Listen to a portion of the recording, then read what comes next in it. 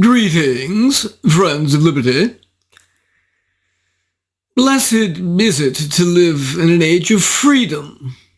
That above all makes all earthly miseries bearable.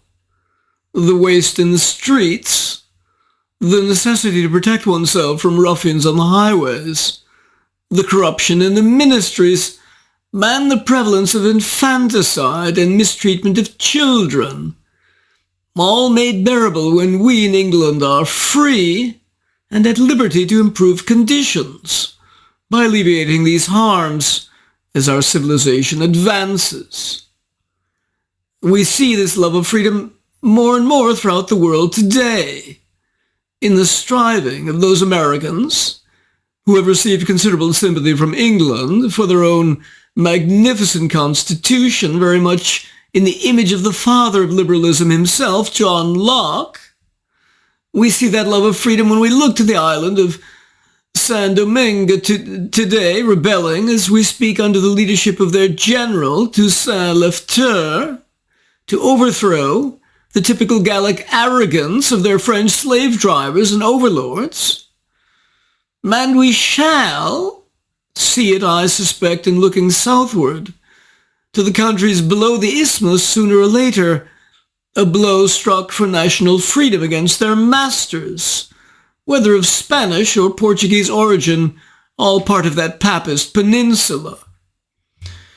In addition, even more promising, we see in England and in America the beginnings of an abolitionist movement, here manifested with numerous petitions to Parliament. However, if we turn to the events in your own 21st century, we see an almost impossible to grasp reversal of the founding principles of my country, England. That such a turn should ever have occurred almost boggles the mind, and yet here it is. In her famous 1969 book On Death and Dying, Elizabeth Kubler-Ross outlined the alleged 5 stages of grief: denial, anger, bargaining, depression, and acceptance. In this book, our well-traveled conservative journalist Peter Hitchens, who is reported from Washington to Moscow and published both as a socialist and now a conservative, begins his The Abolition of Liberty by outlining the stages of British acceptance that there actually is a crime problem. First, it was modish to call the increase in crime a moral panic. Then, the liberal left began reluctantly to admit that perhaps the problem might exist.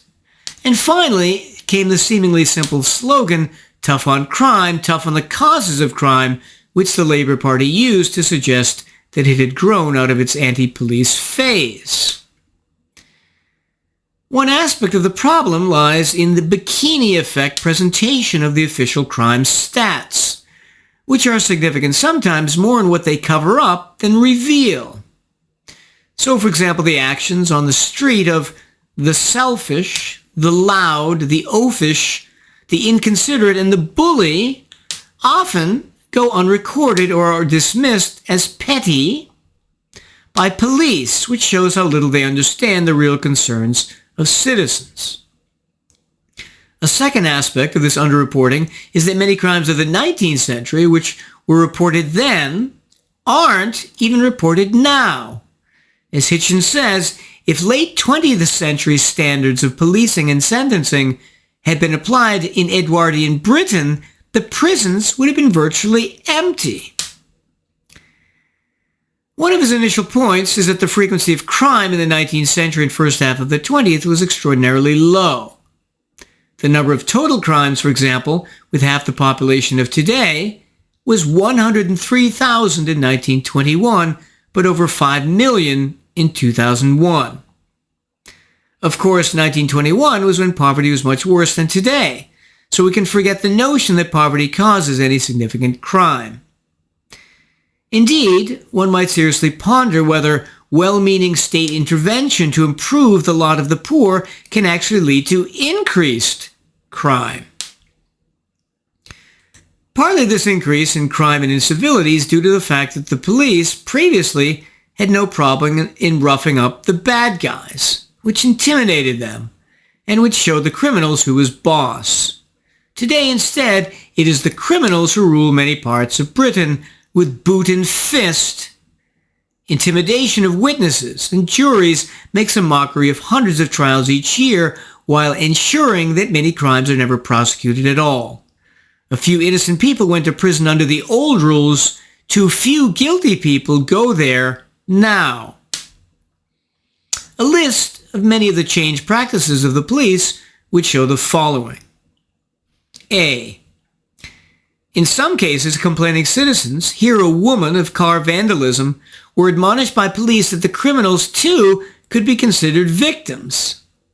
Truly Monty Python-esque. B. In other cases, the police tell people to buy car and house alarms, and on the street, where and when to walk or not to walk, instead of simply taking care of the criminals so the cars and pedestrian walkways are safe. C. Partly this generation of police officers and superintendents from the 60s on seem to have a more tolerant view in not holding criminals as responsible. D. The political correctness and wokeness which has infused so many institutions on both sides of the Atlantic has resulted in senior officers reluctant to offend the Home Office or stray from current orthodoxies because this could threaten their promotion. E. Also, as Hitchens says, one of the most noticeable facts about modern England is that there are hardly any police officers to be seen in normal situations. So instead of having bobbies walking the beat as used to occur, now the police have all retreated either to the precinct house or their patrol cars, the latter from which they commence high-speed chases, which seem to appeal to their sense of the dramatic. In reality, unless trained in the first aid, a police officer is almost entirely useless after most crimes have been committed. F. When, however, citizens try to deal with crime themselves, the justice system is very severe with them, as in the case of Tony Martin, a farmer who killed an intruder. As Hitchens comments, the fact that a private individual, rather than a representative of the elite state, has done the shooting irks the hell out of the police. Martin spent 3 years in jail for killing one of 2 burglars after he had suffered repeated robberies and the police had done nothing. G. As a result of the lack of foot patrols, police are swamped with huge numbers of phone calls, they largely not answering them. And what reason do they give for their failures to answer phones and institute foot patrols? Lack of resources. The same excuse the public schools use when their pathetic performance is pointed out. H. Nowadays, police officers are often overqualified in having taken university degrees, which really only is a sign that its holders have been indoctrinated in the modern ideology of social welfare, egalitarianism, and moral relativism that has dominated the campuses for 30 years. I. And finally, instead of the old, dull blue understated uniform, police are now kitted out in bright finery. Hitchens describes them as paramilitary social workers jangling with clubs, handcuffs, radios, and gas sprays who have replaced the traditional English constable. Let's now recount this degradation in historical detail point by point. A. The basic method of crime prevention from 1829 on was the officer on patrol with the purpose of having him regularly observe and come to know a given neighborhood while simultaneously signaling to the public his presence, which reassured them intimidated criminals. Again, prevention of crime was the primary purpose. B. Specifically, the constable was to be alert and to see every part of his beat once every 10 or 15 minutes, so that a citizen in need of assistance had only to remain in one place until the law arrived. C. Even as late as 1962, the value of regular foot patrols was fully accepted. D. The first significant change for the worse, Hitchens argues, came with the introduction of the portable radio, which made the officers less focused on their neighborhood beat and more beholden to their superiors at headquarters. E. Then, in the pioneering town of Kirkby, Lancashire, in 1965, foot patrols were given up and squad cars were utilized to enable quicker responses. This practice then quickly spread to all of England. As Hitchens says, Parliament never debated it. There was no white paper, no royal commission, no real awareness of what was going on. This practice of assigning squad cars to patrol specific areas was called unit beat policing, and the regular beat officers began to be looked down upon as inferior to those in cars. F. About this time, the patrol cars were painted much brighter colors, departing from the navy blue or funereal black they had previously carried. And perhaps not unintentionally, officers too began to abandon their citizen in uniform appearance and kit themselves out in militaristic or stormtroop outfits. They also abandoned their shrill whistles. Then the rural police stations were abandoned, with a total loss of 630 stations just from 1990 to 2000. As Hitchens says, there seems to be a general policy of abandoning the idea of a station as a physical and obvious presence, even though the number of officers, uniformed and otherwise, has actually increased. G. The introduction of CCTV cameras sometimes followed so the police could watch the public from the safety and warmth of indoors. H. The police force and operations were also slowly in effect being centralized and thus nationalized, with more control turned over to the Home Office. I. With the rise to prominence of the Bramhill Police Staff College, the network of officers drawn previously from old soldiers and the gentry was now replaced by these graduates who had less loyalty to specific regions and more to their graduate network and Whitehall. J. The lack of a person to talk to in neighborhoods now results in citizens making enormous numbers of calls to headquarters instead, which creates a huge backlog of incident reports. Many of these queries or complaints would never have been made if foot patrols had A. prevented the nuisance behaviors that motivated the calls, or B. bobbies had been available on the street just to give out or take information. K. Many of these changes, like squad cars and the lack of foot patrols, had perhaps been copied uncritically from American practice, where, however, conditions were very different. There, distances were much greater and very peaceful suburbs never really needed foot patrols anyway. L. Finally, things have come to such a pass that an officer processing an arrestee must take upwards of 5 hours and fill out numerous forms to do so, which also understandably is not motivating and disincentivizes making legitimate arrests. Having finished describing these detrimental changes to policing, our outspoken author next turns to the British prison system. What does he relate here of its history? A, as is well known, back in the 18th century, what were used for prisons was often prison hulks, which were dismasted former warships moored permanently in dreary locations, such as the Medway. B, the switch was then made to regular prisons on land, which were deliberately designed in the first half of the 19th century to strike clear fear into prisoners and render their experience psychologically unpleasant. C, enormous differences existed between these Victorian prisons and modern prisons. For example, number 1, now there are signs everywhere with politically correct notices denouncing discrimination of the usual forbidden kinds and the bullying of others. Much good that all does. 2, the prisoners get all sorts of amenities, naturally ranging from playing billiards to tabletop football sets, payphones, showers, pop music, TV, ensuite lavatory, and bars disguised by window frames in a cheery blue. 3. Of course, no labor is required in many cases of prisoners. 4. He notes accurately that the great kindness expressed towards prisoners nowadays blends also into a form of appeasement, driven by the permanent fear of a new outbreak of prison riots, cell blocks ablaze, and warders perhaps kidnapped or worse. 5.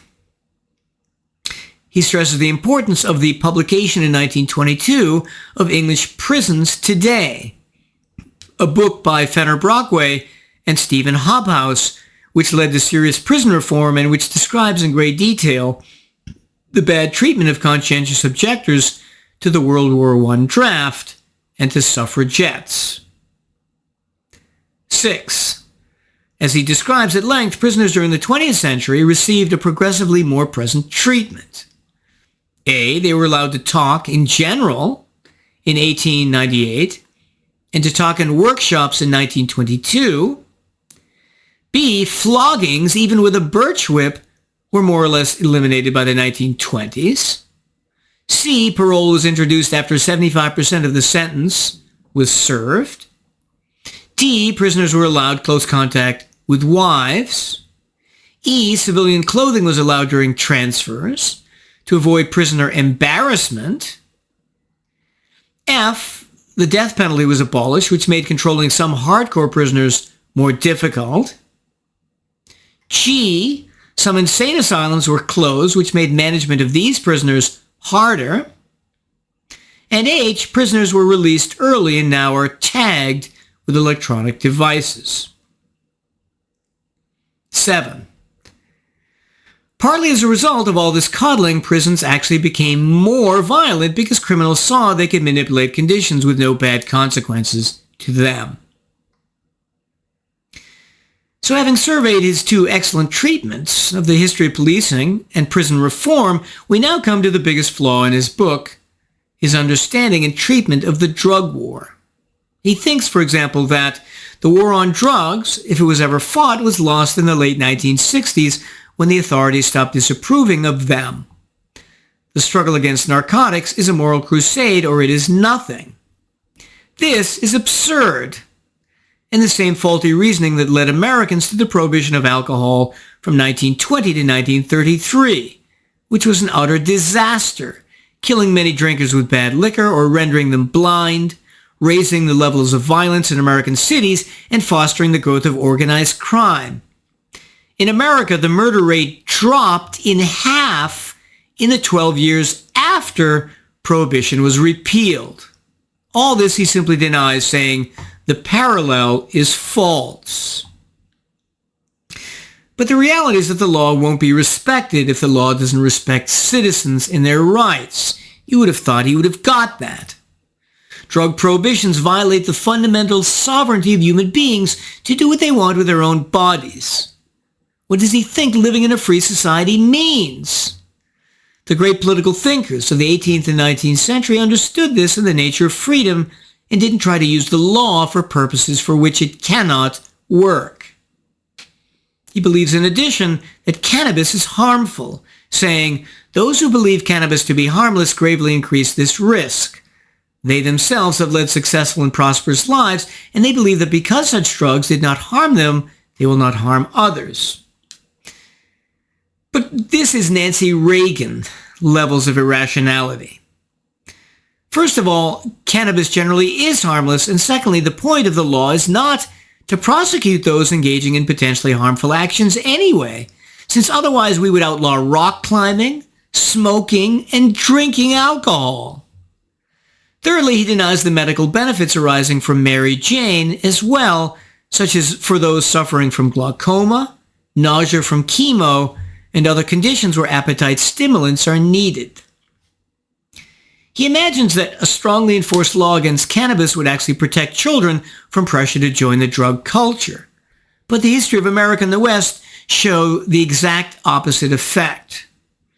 Trying to outlaw marijuana makes people rightly despise the law and the representatives of the state which enforce it. any such law and state is mainly an attempted tyranny by those who smoke and drink when they take off their uniforms. He says our political leaders have failed to grasp that drugs are the enemy of the moral society. This again is a farcical statement and shows how little he understands of this aspect of morality and of the benefits of the political freedom that comes with classical liberalism. What does he imagine the purpose of the law is, if not to protect property rights? He goes into a lengthy analysis of when Keith Richards and Mick Jagger were charged with drug possession, completely misunderstanding the case morally and politically. But other conservatives, like then editor of the Times, Jacob Rees-Mogg's father, William, understood the case rightly. So in conclusion, this book, which I would give a BB+, excels at its primary task, which is A, describing the decline in British policing, B, the deleterious changes in British prisons with their molly-coddling of prisoners, and also C, in his defense of trial by jury, which chapter I didn't explore here. The only major flaw, again, is his absurd and inconsistent beliefs about the effectiveness and morality of drug wars. And now I think I shall need to prepare for myself, given this late hour, one of the finest stimulants our world has to offer, some Shan yellow tea, with plenty of milk. I do hope Peter Hitchens would approve of my drug of choice. I bid you well, and remain the Scarlet Pimpernel.